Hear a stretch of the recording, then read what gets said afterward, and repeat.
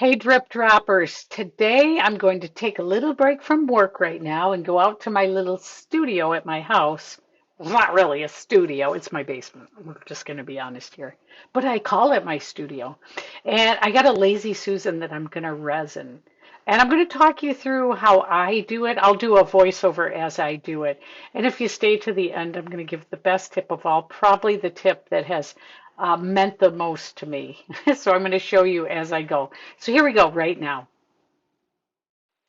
All right, so here we go. I've got my beautiful Lazy Susan and I'm laying out all my tools. I've got gloves, I've got a mixer, I've got a silicone cup for the resin. I'm going to level it. I've actually already leveled it to make sure that's super important to level it. And then also I've got some this little piggy pigment I'm going to put in. So I've got everything ready, throwing some gloves on. Yeah, I'm showing you everything I got there. There's my level, proving I've leveled it. And this is this little piggy. I believe that is provocative. And what I'm going to do with that is, first I'm going to fill up my resin. So you want to use a specific kind of resin. You don't want a deep pour resin. I love this artist resin. I think it's from Mixed Media Girls is where I get it, but it's called artist resin. And there's not a lot of odor. Yeah, Mixed Media it's called.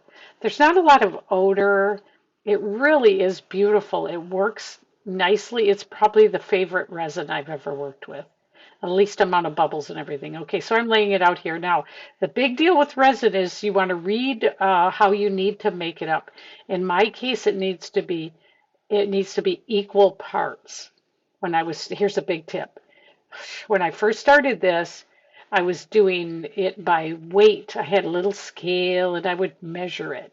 Now I'm looking at the numbers on the side of the cup and I'm doing 50 and 50.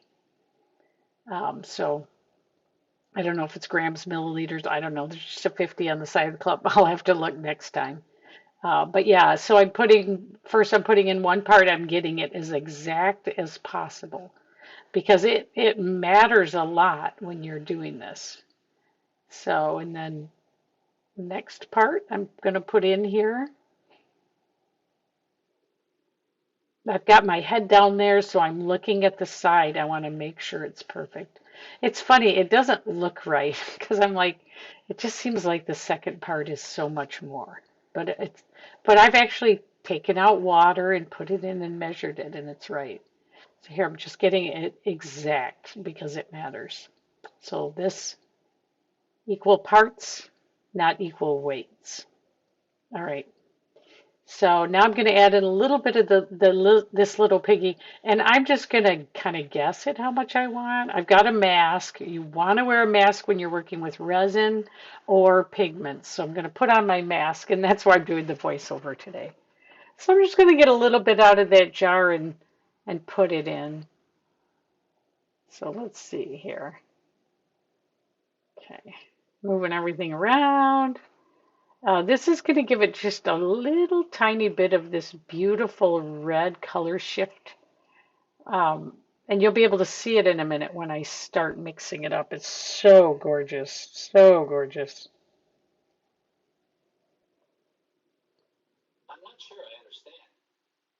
All right, here we go. I love to use this mixer. My husband got it for me. Once I started doing this and I was mixing it by hand, and my hand was always so tired, he just really did the nicest thing. He got me this little mixer. Now it's going to add bubbles in, but I have found with this, they're pretty easy to pop um, with a heat gun. And you can see there's just a slight, pretty, almost like a berry tone. Um, Not baritone, haha, baritone. And I love how it looks when I put it on. So I've got this in high speed. So I would be mixing, I usually will mix about 3 minutes. But here we're mixing. I'll make sure I've got it on high speed here so we can move to the next step. All right, so I have it all mixed up here. And I'm getting ready to put it on. I've got gloves on, I've got my mask on, I'm ready to go. Now, pro tip here, I hit it for a little bit there to try to make some of the bubbles come up. That works really good. Um, and when I pour it on, one thing I've learned, this is a huge tip.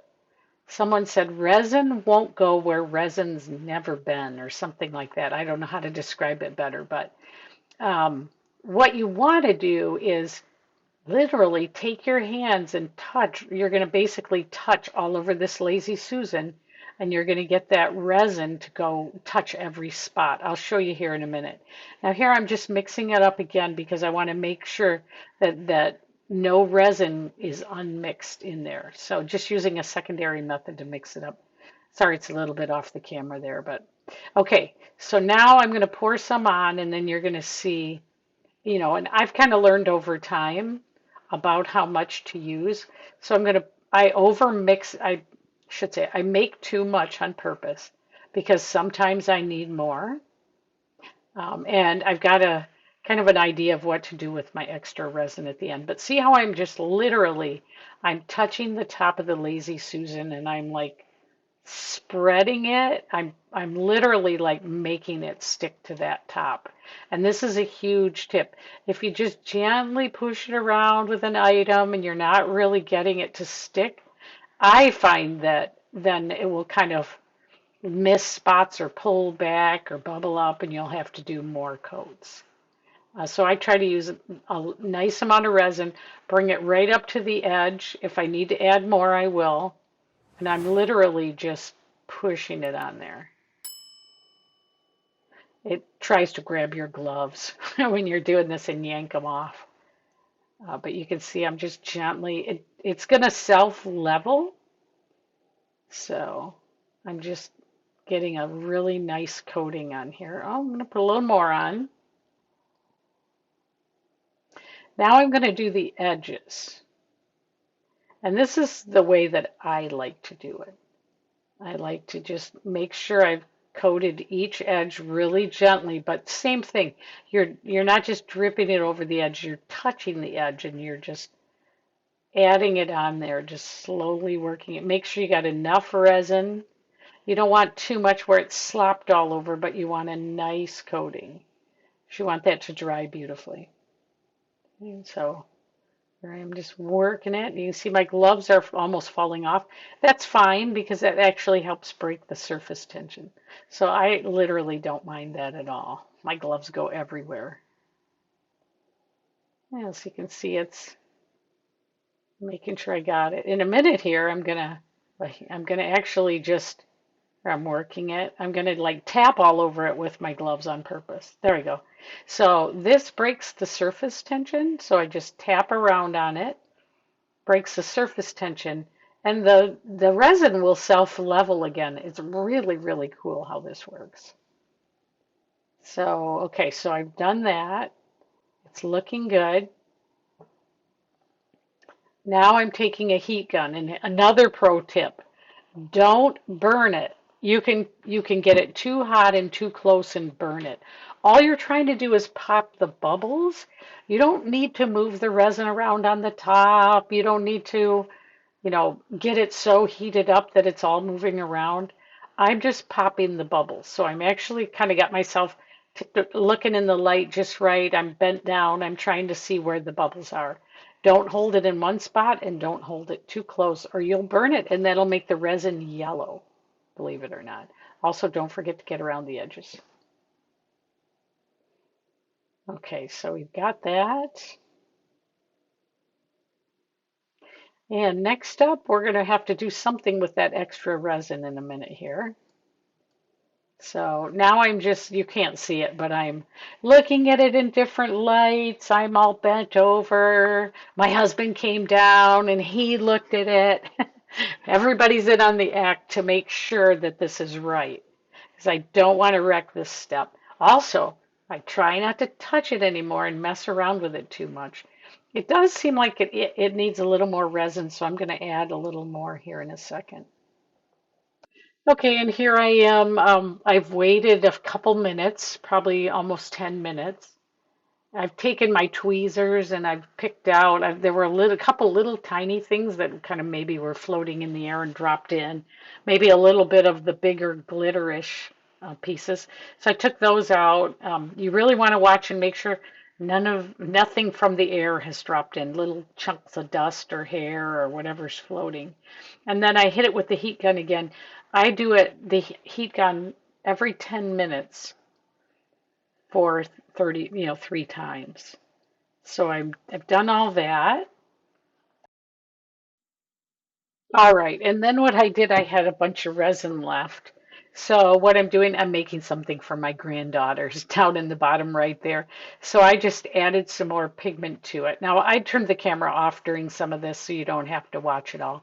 But I added some pigment to it and now it's a little star that I'm making there. It'll be a little star dish for them.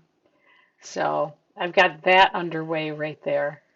And that's the way I used up all the rest of the resin. I added a little more up on top, made sure everything was good, made sure there's no bubbles, everything's looking fine. I'm going to set that aside, that little star aside. And here is your pro tip. You'll never get a tip like this again. Stop touching it. Cover it. Don't touch it at all. You're going to leave it for, 24 hours if you can. I like to flip it over again and look at it at the maybe 20-hour mark. It kind of depends. Seems like after about 8 hours you can lift it up and start looking, but cover it up. Now I realized I forgot a step here, so I'm going to show it to you. So what you want to do is take a popsicle stick or something and get all the drips off the bottom. I'd forgotten to do that, so I uncovered it to do this. Careful, careful, careful that you don't touch it with your fingers and mess it up. But you want to get the drips off the bottom. And then you want to leave it alone. Leave it alone. Put the top on it, leave it alone. Did I say leave it alone? I mean leave it alone. Try not to peek at it, try not to uncover it, try not to keep messing with it. Because you will wreck it if you do that. You'll bump it with the side of something and then it'll never look right and you'll always know where that problem is. So what I do is put the cover on it, leave it, and let it sit. It's amazing when you do that. It's going to come out great. I can't wait to show you what it looks like when it's done. We'll do a reveal on the next video, but here we are so far. Ah, so good. Before we put her to bed fully, I want you to see, look at this. Look at how beautiful these colors are. Aren't they just stunning? Look. Ah, it's going to be beautiful. Wow, wow, wow. Just gorgeous. So I'm going to put the top on now, and we're going to leave it alone.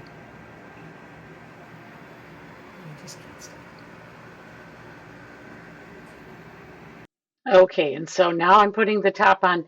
Now this is, I think it's made by Hefty. I had gone to the store and actually brought a Lazy Susan along and put it in there to make sure it worked right. And I had plenty of room so that I don't mess it up. Now, I will leave it like this. Oh, I'm giving you the thumbs up there. I'm trying to thumbs up. I'm not good at it. I will leave it like this 20 hours, I want to say, probably, before I check it. It'll be hard. I'll go and peek at it, but I will not lift it because when you lift it, you think, oh, I can lift this. I'm not going to mess up. And then you do, and you can kick yourself. So don't lift it up. But yeah, I'm just happy I could share that tip with you. I look forward to the reveal, which will be in the next video of how it looks. Wow, wow, wow. Just gorgeous.